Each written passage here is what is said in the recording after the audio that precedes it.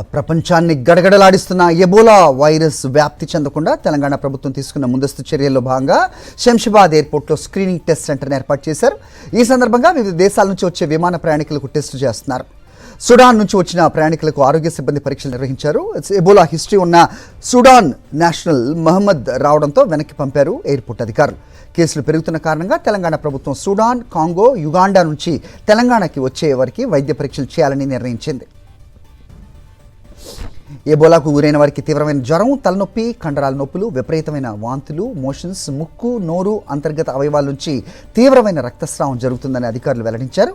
WHO ఆఫ్రికాలోని Uganda, Congo దేశాల్లో health ఎమర్జెన్సీని ప్రకటించింది. నమోదైన కేసులో దాదాపు 50% మరణాలు సంభవిస్తుండటంతో వైరస్ వ్యాప్తి ఆందోళన కలిగిస్తోంది.